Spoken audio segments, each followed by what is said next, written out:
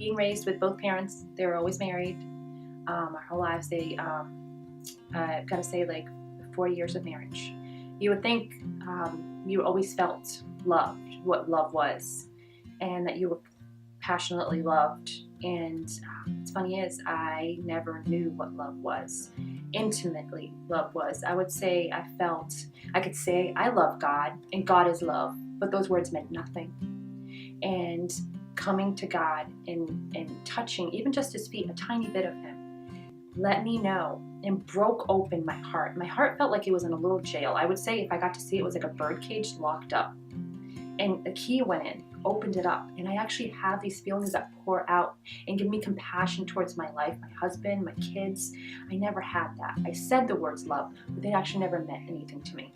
And so his identity to me is that I'm not an orphan child. And I have two parents. So even if you have two parents, you can't say, well, that can't be possible with me. I had two parents that loved me and held me up very high. They loved me. But I was never felt like what love was. The physical healing that I received was, I used to receive headaches since I would say 13 years old. I would take a lot of ibuprofen, like 800 almost every single day, in order to just keep it dull. That wasn't even taking it away. And I could say that I don't ever have to take ibuprofen or Advil and keep my house stocked with them.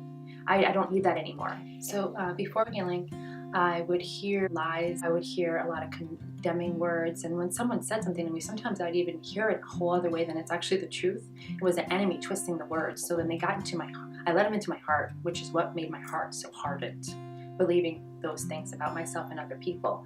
And now, as it says in the Bible, you bind your mind to the mind of Christ. I'm an overcomer now. Whereas before I was afraid and fearful, I laugh at that now. I feel like that's hilarious where I was before.